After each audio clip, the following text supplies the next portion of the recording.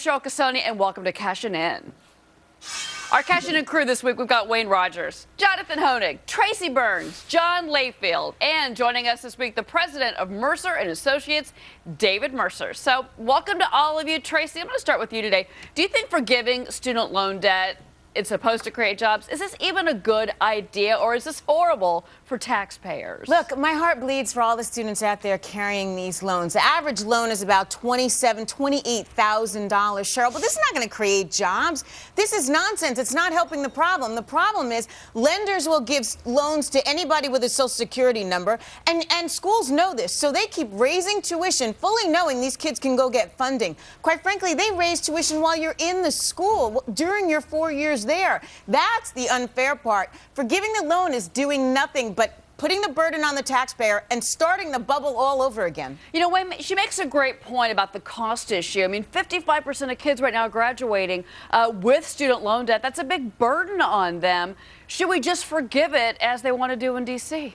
Well, you know, one of the unfortunate things about this is you can't file for bankruptcy on a student loan. You're prevented from doing that. They can go after you for the rest of your life. That should be changed, because this is the fastest growing debt category that we have in the United States, more so than anything else, and it's not going to help us because it's a debt against the future. Yes, they've got to find a way to deal with it, meaning yes, you have got, I know it's not the right thing to say from a moral point of view, but ultimately you're going to have to settle this debt for less than what's face value. And you know what, David, if you look at the overall economy, here's why this matters, because it's the youth generation, the Gen Y, if you will, 18 to 34 years old. They're the ones, they don't have a 401k. They're saddled with all of this debt, over $1 trillion now in outstanding student loan debt. That's more than cars, that's more than credit cards, and they're the ones that we need to build the economy. Are we in trouble? We are in trouble, and what the president has tried to do and what some members of Congress are trying to do is, given the current economic situation, to provide conditions that allow for students to actually pay back their loans, whether it's reducing the term of the loan, keeping the interest rates low. Look, we've done that for banks. We try to negotiate with corporations, or they try to have negotiations with taxpayers and the government to lower their rates. There's no reason why students shouldn't be able to do the same so that they can afford to go to college, pay back their loans, and also have more discretionary income to be consumers in a consumer-driven economy. So, Jonathan, that's the thinking I can here. Think of a reason. That there's more consumer spending than jobs are created. Does that fly in your mind? It doesn't fly. It doesn't even get off the ground, Cheryl. I mean, there is no mention of public education in the Constitution at all. But what do we have today? A government monopoly on education. David, you're laughing, but we've established the right to college. It doesn't have to be every time guaranteed by the Constitution. Let me finish, it's the David. right thing to do.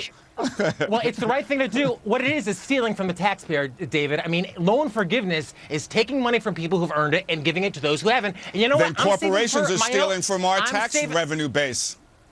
Well, they're actually providing that tax revenue base. That's another discussion. What, offshore havens? Well, that's another discussion. Hey, guys, let's bring in John Layfield in this. That's a totally different discussion. Let's talk about the kids, John Layfield. Back to the kids here for a second that are saddled with all of this debt, which really is disheartening, because obviously you want them to go and get higher education.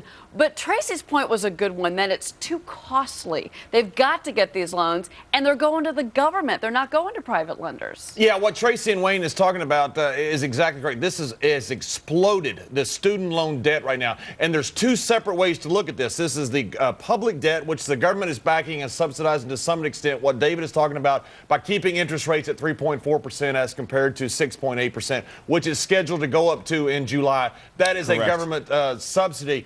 That has an interest rate that is reasonable, even at 6.8%. The problem is the for-profit colleges. These guys are absolute criminals. They are raping these kids. They are getting these kids because you cannot default in a bankruptcy. And so they are just saddling these kids with debt. They know there's no possible way that they are going to pay back. Awful, John. You know what, I got to say, you got a whole system that's dominated by government, and you're blaming the one tiny sliver that happens to be free, that happens to be trying to act in a for-profit manner. I think that's absurd. But that's not free. Think about the message. You cannot defend these universities, Jonathan. They're taking advantage into the fact that there is free And not even money giving them basically right to available to breathe. these Free kids. money. It is free money to these kids. And the worst is these institutions, these universities have the audacity to raise tuition when these kids are in the middle of their four-year term. Tracy, it is unfair. think about, that is why we're at $1 trillion. Okay, well, think about the message you're sending to the students that you all want to help so much. Oh, don't worry about the loans you took out. Oh, you don't have to pay those back. I mean, my God, the word credit means to believe. If you don't believe that somebody's going to pay back the loan, why are we making loans in the first You're not place? talking about Because the you problem. don't get it in bankruptcy. Because of Wayne's point, that is why these banks are given loans. They know that for the rest of their lives they can follow that little kid around and collect. Nobody Listen, is talking guys, about hold the on. problem Guys, here. hold on. One at a time. But you know what, Wayne? There's something else that kind of came up this week I found incredibly interesting, and that is that, again, going back to Generation Y, they're delaying having children. They're delaying buying homes. I mean, they're delaying any type of meaningful push into the U.S. economy. We've got unemployment at 8.2% right now. That could stay the same if you have an economy that goes nowhere because you've got this entire generation of youth that's just sitting on their hands. Well, yes, but I come back to what I said before. You got to change this law about the bankruptcy part because the people are making loans because they know that they're going to collect and they can chase them for the rest of that. But putting that aside, we have some systemic things about unemployment in this country that have to do with education, and I'm personally involved in one, and that's in the garment business. All of the garment business is going overseas. Why is it going overseas, and why will it never come back? It won't come back because the generation of my mother, who had a sewing machine and people who made and sewed and did those things, that's gone. Kids don't do that today. You all don't do that. You'll forgive me. Nobody does that. We need they more don't know sewing how machines. to do it. More and as a sewing machines, consequence, I exactly. haven't finished. Okay. And as a consequence, those jobs are gone forever. David Cheryl, Mercer, hold on. Cheryl, David if I- Mercer, let me go to you because I haven't heard from you. Sure. He's making an interesting point here about the fact that this younger generation is maybe a bit lazy. I don't think he pointed the finger at me. Oh, yes, he did. But at the same time, good point about the jobs Not picture true. here. No, David Mercer, Look, good point about the jobs. Sure. Listen, we need to stay on point. This is not to outright forgive the loans and the balances that they have outstanding. It is to make the rates concomitant with what we're seeing in the environment now, in the financial environment. Secondly, instead of 25-year terms on the loan, make it 20. Instead of it being 15% of their monthly income, make it 10% of their income so that they can manage their way through paying these loans back. Yeah, it's We're not exactly- looking all for we them to need- go all in we need- bankruptcy. right. And All by we need doing is a better so, you leave spreadsheet. them. If you leave them with a little more discretionary income, allowing them to pay their bills, you hopefully are creating consumer demand, again, going back to jobs, but you're also creating That's an right. educated workforce that's affording their education so that they can come into the workforce and be capable of performing. That's all we're missing is a better spreadsheet, right? A better set of number crunchers to figure out how to apply a government entitlement that's not even listed in the Constitution. Cheryl, Look, we this had is the housing GI bubble Bill, 2.0. Jonathan. The End of GI story. Bill provided a whole set of and educated interestingly, workers that's when going the into cost the of higher Industrial education Revolution. started to go So up. come But quickly on. to Wayne's point, right? Two things happen here. One, a lot of people are unemployed, so they stayed in school longer. They went for graduate degrees. That's why there's more loans out there. And two, I think the point he was making is that there's this societal need to put everybody in college, and we need people to sew. We need people who can do blue-collar jobs that used to be so taboo. We're losing them to other countries, and that, I think, is part of the reason why there's $1 trillion in student debt. Funny they'll enough, be- everybody. and Funny enough. They'll be gone forever. That's the problem. Funny You'll enough miss a that the generation. bean counters are actually the ones that are getting jobs right now, and the engineers out there. All right, guys, we're going to have to leave it there because we're going to take a break. But when we come back, we're talking about this. Are we making it so hard to set up shop in America that major companies would rather take their chances with this? Choosing Mexico over the U.S. Audi announcing plans to open a new factory in Mexico despite the ongoing deadly drug wars down there. The U.S. had been courting it to open the plant here in the U.S. And Jonathan, what message should this be sending to Washington, do you think? Well, that money goes where it's treated best, Cheryl. That's the old saying. And the drug war in Mexico is horrible. It's horrific. But we've got really a regulatory assault against corporations here, especially car companies. I mean, you got OSHA, the EPA, the NTHSB.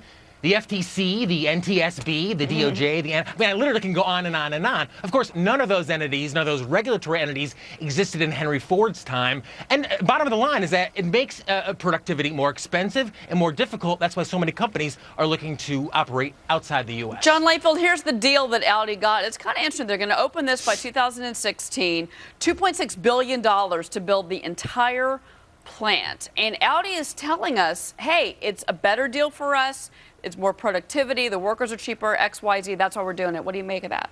It better come with Kevlar. They've had 50,000 drug-related murders in Mexico. You have a warning against travel down to Mexico. Jonathan is right. Money goes where it's rewarded, and money goes where it is needed the most. You look at what right-to-work states. A lot of car companies are relocating down in the South so they don't have to deal with the unions or the legacy cost or any of those things. And that's where manufacturing's done. Look, when China pays their workers $4 an hour in Africa, the continent as a whole pays them $1, we can't compete with that. Companies are simply saying we're going somewhere we can hire low-cost workers. There is a give-up. There is a give-up for security, and there's a give-up for human rights and sometimes standards, but that's what companies are willing to do at times, and that's why we're losing Audi to Mexico. And you know what, David? I mean, Audi is a business. They want to overtake BMW. That's their plan. Do you think it's a good plan? Well, the plan is to overtake BMW, which also has plants here in the United States. We're not the only country where plants for automakers are positioned. I might say and flip the script a little in saying that with nearly 1,000 workers that are likely to be employed by Audi, that hopefully we'll see more Mexicans with less guns in their hands or drugs, less immigration into this country, at least at a manageable rate, and that therefore there are some collateral benefits for Audi doing it in Mexico and stabilizing their economy for our neighbors next door that have been causing collateral damage to us in the last couple of years. Trace, do you think David's point is worth them actually doing this in Mexico and not opening up in Tennessee, where they actually had looked to open up a plant, by the way? They did, but their sister brand Volkswagen is in Mexico already. So I understand that. The economies of scale are there for them. The part that bothered me, though, is the chairman of Audi came out and said that they had competitive cost structures in Mexico and existing free trade agreements, and that was part of the decision-making process. We should be having that. How come we don't have that here in the United States? How come he's not saying that the United States has that and I could build here? That part bothered me. You know, Wayne, I think his point about free trade, though, was that, you know, you do have free trade agreements now, North American free trade. We've had this in place for years, and their point was, hey, open up all of North America. It is open thanks to Washington. We're taking advantage. Well, you got to come back to the cost again. It's not a question of whether it's good, bad, morally good, bad. It's a cost item. Those guys are looking at the bottom line, and they are willing to stand in the face of a murder rate that is one of the greatest in the world. John mentioned the security problem, and they're willing to take that on, and because of the cost, they'll get a substantially lower cost for that automobile. You know, we had a law here that did maquiladoros, they were called, and John, I would defer to him about this because he would know about this. On the Texas border, you had a tax break by establishing a factory just over the border, and you could get a tax break doing that and still get the advantage of the low-cost labor.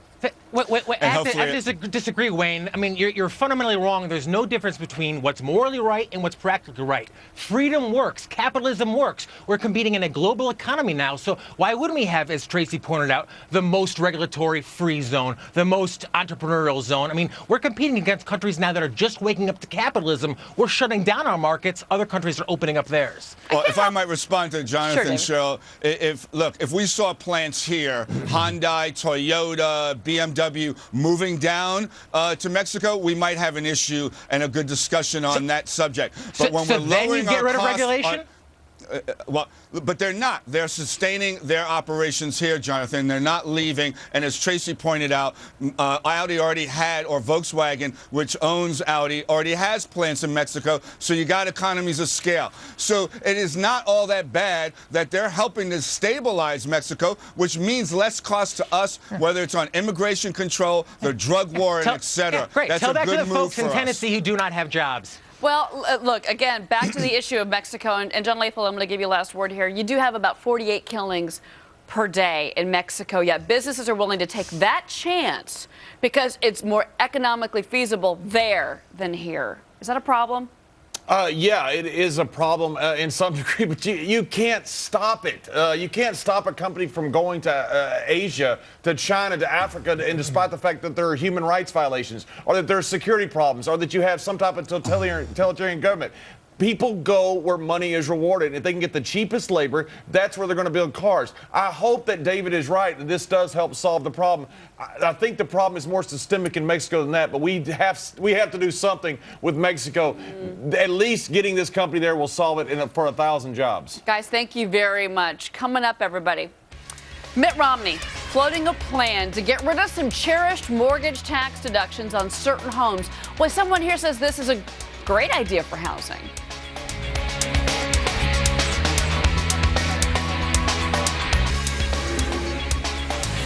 GOP presidential frontrunner Mitt Romney revealing how he might get rid of some tax breaks to lower tax rates. One idea, scrap those cherished mortgage interest deductions, but only on second homes for high-income earners. And David, you think this actually is a good plan for housing. How? Well, it's good to see Romney coming out with a plan rather than telling those facing foreclosure, let the market bottom out.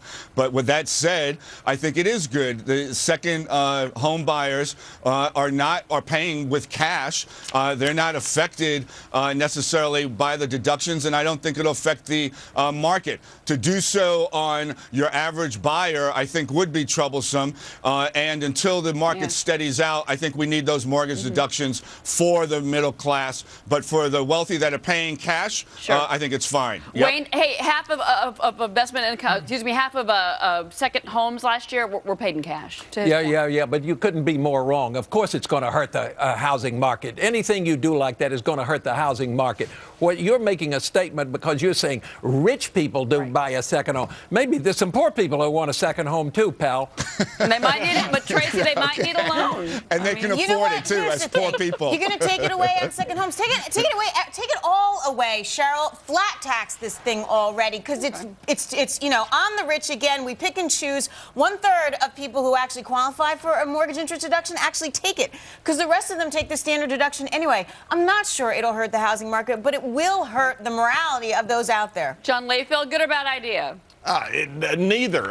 It doesn't matter. Interest rates could be at zero. You could have double the mortgage interest rate deduction. If people can't afford to buy homes right now in this country, they can't afford to buy homes. Second homes are an investment.